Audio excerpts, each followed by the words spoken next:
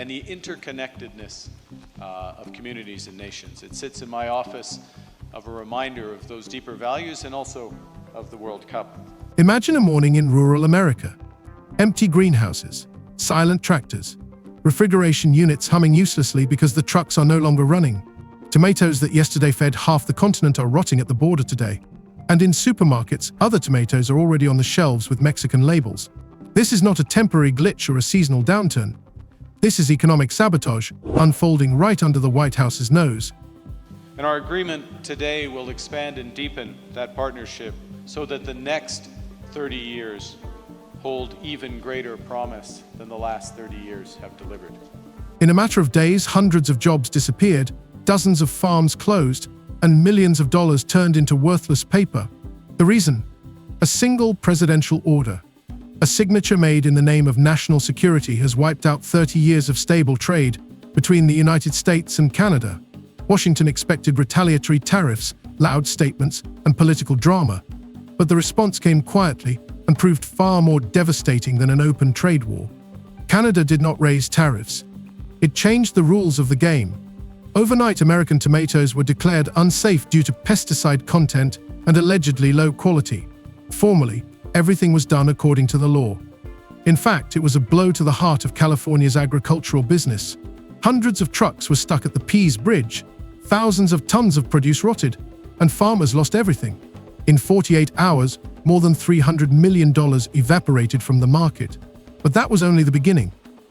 And we help each other when disaster strikes, and I want to take this opportunity on behalf of all Canadians to personally thank you, Madam President, and the Mexican people for the support that Mexican firefighters gave to Canada this summer on our prairie provinces, Saskatchewan and Manitoba, saving Canadian lives, protecting their communities. While American farmers were trying to understand what was happening, Mexico seized the moment. Billions of dollars of investment poured into the country from Europe and Asia. Glass cities sprang up in place of old plantations, modern greenhouses controlled by artificial intelligence. Sensors monitor light, temperature, water pH, and soil moisture. And when Europe refused American imports, Mexican companies were already lining up with contracts ready. At this time in the north, the Prime Minister of Canada declared, "We can no longer rely on our previous trade relations." These words became a turning point. The country announced a course toward complete economic independence. Instead of arguing with Washington, Ottawa began to build new paths, new ports, new corridors, new connections in which the United States no longer had a place. America, which for decades had held the world together through trust and predictability, turned into a source of instability in a matter of months. Investors are leaving, farmers are going bankrupt, and competitors are taking their place. And while the US argues about politics and ratings, a new order is forming abroad. An order in which neither Washington nor the dollar can guarantee leadership anymore. This is not just a story about tomatoes. It is a story about how one signature changed the map of world trade, how allies become rivals, and how a great power can lose its power not as a result of war, but because of its own pride. Next, you will see who really benefited from American trade isolation, how Mexico and Canada rewrote the rules of the global market, and why this crisis could be the beginning of the end for American agriculture. Now, from the time we first met, we've spoken of the many opportunities to work together, how to elevate an already strong relationship. After all, Canada and Mexico have had diplomatic ties for over 80 years. We have had free trade between our economies for over 30. And that partnership has improved the livelihoods of our workers and their families and helped make North America the economic envy of the world. Not just our economies, but North America, the economic envy of the world. It all started with a simple order, a single signature on a document that seemed to concern only a few points of the customs code. President Donald Trump announced the introduction of a 35% tariff on Canadian goods. The decision was explained by the need to protect national interests and restore fairness in the trade balance. In reality, it marked the beginning of an economic crisis whose consequences no one could have predicted. On that day, the dollar strengthened slightly, and the news feeds were filled with standard phrases. America protects its producers. No one noticed that behind this phrase lay a blow to the United States' closest eye. Canada and the United States have been building trade relations for decades. For 30 years, A unique mechanism of mutual trust had been in place, allowing both economies to develop almost synchronously. Agriculture, energy, woodworking, and the automotive industry, all these sectors were linked by thousands of deliveries, joint projects, and cross-border enterprises. Since the signing of NAFTA, the North American market had become a single entity, and it was this entity that they decided to cut in half with a stroke of the pen. Those were quickly followed by reciprocal tariffs on every U.S. trade partner and very high sectoral tariffs applied globally on strategic industries, including steel, aluminum, autos, and copper. American television channels picked up on the White House rhetoric, "America must come first." Political commentators spoke of the president's determination to defend the interests of his voters. But behind the scenes, farmers in California, Ohio, and Iowa understood that something dangerous was happening. They thought it was a temporary measure, a negotiating tactic. In reality, everything turned out differently. Without warning, without agreement, without diplomatic preparation. Just an order and the tariff came into force. The first few days did not foreshadow disaster. Transport companies continued to carry goods across the Peace and Ambassador bridges, with cargo going in both directions. But after 2 days, the border changed. Trucks that used to be inspected in 20 minutes now stood for 8 hours. The new tariffs took effect instantly, and their consequences hit both sides of the border. Manufacturers in Ontario lost access to their usual American components, and American farmers lost access to Canadian markets. And to these ends, the United States has announced a series of trade actions. Those began near the start of this year with the so-called IEEPA tariffs against Canada and Mexico based on U.S. concerns about the border and fentanyl trafficking. When the White House announced its trade success, Canada remained silent. There were no loud statements, no threats, no retaliatory tariffs. It seemed that Ottawa had decided to swallow its pride. But the silence was deceptive. While Trump was celebrating his victory, the Canadian Ministry of Agriculture was already working on a plan that would become one of the most elegant counterattacks in modern economics. A few weeks after the tariffs were announced, the Canadian Food Inspection Agency unexpectedly published a new regulation. It stated that tomatoes imported from the US no longer met national safety standards. The reasons given were elevated pesticide levels and microbiological instability. The wording looked like a typical bureaucratic adjustment, the kind that happens every month. But the publication date and context spoke for themselves. It was no coincidence. As a result of these developments, the breadth and the depth of the changes in U.S. trade policy have become more fully apparent. American agricultural associations immediately declared that the decision was political. Washington demanded an explanation. The Canadian side responded coldly and formally, "We are guided solely by scientific data." However, journalists quickly discovered a strange detail. 2 weeks before the tariffs were introduced, the Canadian authorities approved the construction of several large greenhouse complexes in British Columbia and Ontario. The launch date was set for the end of the year. The capacity almost exactly matched the volume of tomatoes that were supplied annually from California. This did not look like improvisation. It was a planned operation. And when unsafe American tomatoes were banned from import, fresh batches from Canadian greenhouses, grown according to new standards, immediately entered the market.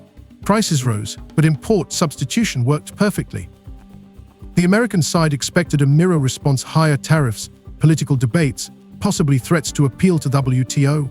But instead, Canada did what no one expected. It did not enter into open warfare. It changed the rules of trade itself. Instead of duties, regulations. Instead of slogans, it introduced bureaucracy. And this disarmed the enemy. The United States has also imposed substantial trade actions on the Canadian lumber industry. Now, in recent weeks, the United States has agreed a series of trade deals with a variety of countries. And these deals have several aspects in common. First, baseline tariffs that cover a broad range of goods and services that are substantially higher than those U.S. tariffs that existed before. It wasn't just tomatoes that stopped crossing the border. Ketchup, sauces, processed products, and an entire supply chain employing tens of thousands of Americans were also affected. Within 2 days, hundreds of trucks had accumulated on both sides of the border. Tons of perishable goods rotted right in their containers. Farmers in Central California called their banks, trying to suspend loan payments, but the banks refused a contract is a contract. In 1 week, losses exceeded $300 million. Local media reported the first layoffs. Tomato processing plants in Fresno and Stockton were cutting staff. Several companies involved in transportation and packaging suspended operations. In rural California counties, the unemployment rate rose by almost 10%. Amidst this news, the president's administration continued to assure the public that everything is going according to plan and that America is winning the trade war. This new U.S. trade policy has several motivations: to raise tariff revenues, to protect strategic industries, to encourage foreign investment in the United States, and to change trade and non-trade policy in U.S. partners. Meanwhile, something unprecedented was happening in Canada. Immediately after the ban on American tomato imports was announced, domestic producers received large subsidies. Within a month, about $180 million was allocated to modernize greenhouses, purchase climate control systems, and install automatic irrigation lines. New jobs were created, and investment in the agricultural sector grew by 12%. Large supermarket chains announced that they would now give priority to local products. Washington realized the scale of the problem too late. Attempts to negotiate over the decision were unsuccessful. The Canadian side cited internal standards and the independence of regulators. Behind the scenes, diplomats called it a trade checkmate. The US could not officially accuse Canada of violating international rules formally. Everything looked legal. Specifically, under the new U.S. approach, countries must now buy access to the world's largest economy through a combination of tariffs, investments, unilateral trade liberalization, and policy changes in their home markets. A month after the crisis began, economists estimated that about 24,000 American families had lost their main source of income. Farmers sold off their equipment, mortgaged their land, and tried to switch to other crops. But the market had already been destroyed. Canadian greenhouses filled the niche, and Mexico, noticing the weakening of its northern neighbor, began to actively promote its own products in the same markets. Within the US, the first disagreements arose between the White House and Congress. Several senators openly stated that tariffs against allies did more harm than good. However, the president's administration stood its ground. In public speeches, Trump repeated that temporary difficulties are inevitable and promised huge victories in the future. An attack of any sort on this country is an attack on Canada as a member of the NATO alliance. In practice, however, America was losing ground every day. Canada was consolidating its position in its own market, demonstrating that it could exist without American imports. Moreover, this crisis became a catalyst for a national food independence program. According to analysts, it was then that Ottawa first began to consider strategically reducing its dependence on the US in key industries. While Washington was arguing over statistics, Toronto and Ottawa were already building new logistics centers, modernizing ports, and signing agreements with European equipment suppliers. Officially, everything looked calm, but behind this outward restraint lay a profound change. Canada was ceasing to be a junior partner and preparing to become an independent player. In a positive and very important development earlier this month, just a few weeks ago, the United States reaffirmed a core commitment to our free trade agreement, CUSMA, by reinforcing that those Canadian exports to the United States that are compliant with that agreement, that are compliant with CUSMA, will not be subject to U.S. IEEPA tariffs. American analysts would later call this moment the point of no return, because it was then that the alliance, built over decades, showed its first serious crack. And it all began not with war, not with a conflict of ideologies, but with a banal political demonstration of force, and with a cold, rational response in which not a single shot was fired. Just a stamp, a document, and a few phrases about sanitary standards. After Canada's retaliatory measures, the American agricultural sector was in a state of shock. What began as a local trade dispute turned into a chain reaction of economic collapse. Tomatoes were only the first link in the chain. They were followed by sauces, ketchup, canned vegetables, the entire line of processed products in which the US traditionally dominated. Hundreds of businesses that depended on supplies from California and Florida began to shut down. Factories stopped not because there were no buyers, but because supplies were interrupted. In a chain where every day of delay cost thousands of dollars, 2 weeks without cargo meant the death of the business. In a positive and very important development earlier this month, just a few weeks ago, the United States reaffirmed a core commitment to our free trade agreement, CUSMA, by reinforcing that those Canadian exports to the United States that are compliant with that agreement, that are compliant with CUSMA, will not be subject to U.S. IEEPA tariffs. In California, mountains of unsold raw materials remained in warehouses. Greenhouse farms in Fresno, San Joaquin, and Modesto reduced production by a third. Conveyors stood idle on processing lines, and workers received notices of temporary layoffs, which soon became permanent. The financial reports of the largest agricultural companies showed a sharp drop in profits, down 40% for the quarter. Banks, seeing the risks, raised interest rates on loans and began to demand collateral for existing contracts. For farmers, this was tantamount to a death sentence. Those who had been taking out loans for decades against future harvests were now unable to even obtain insurance. Lending institutions, which had previously called agricultural loans the most reliable, suddenly classified them as high risk. According to Federal Reserve reports, the share of overdue payments grew by almost 80%. This meant that thousands of families found themselves on the brink of survival. Many simply abandoned their farms, moved to the cities, leaving behind scorched fields and debts. Official statistics showed a 45% increase in bankruptcies, but behind the dry figures lay much more, tens of thousands of stories of lost lives and destroyed communities. As in previous trade disputes, Canada has implemented a series of retaliatory tariffs. Their objectives have been to protect Canadian workers and businesses and to incentivize a negotiated settlement with the United States. Few other countries followed suit. The domino effect worked flawlessly. When farmers stopped buying fertilizers, chemical suppliers went bankrupt. When packaging production closed, transport companies went under. $1 lost in agriculture led to $3 in losses in related sectors. In small California towns, entire streets disappeared: cafes, motels, shops. Local schools cut classes as children left with their parents. In 6 months, the unemployment rate in agricultural counties rose by a third, and land values fell by 20%. In fact, the average U.S. tariff rate on the world has jumped from just over 2% at the end of last year to almost 16%, 8 times higher, 16% currently. Meanwhile, Washington tried to portray what was happening as temporary difficulties. The White House issued statements about the need for sacrifices for the greater good, but the reality on the ground was different. In some counties, spontaneous fairs began to appear where farmers exchanged food without money because their bank accounts had been frozen due to debt. Volunteers distributed food to those who, just yesterday, had been feeding the country themselves. For the first time in decades, the American press showed images of queues for free food in agricultural regions.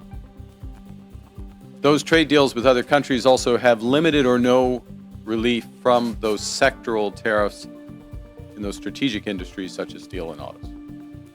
They include substantial commitments by the U.S. trade partners for investments in the United States and significant unilateral trade liberalization measures. While the U.S. was losing control, Mexico took advantage of the situation. Investments flowed to where it was more stable and cheaper.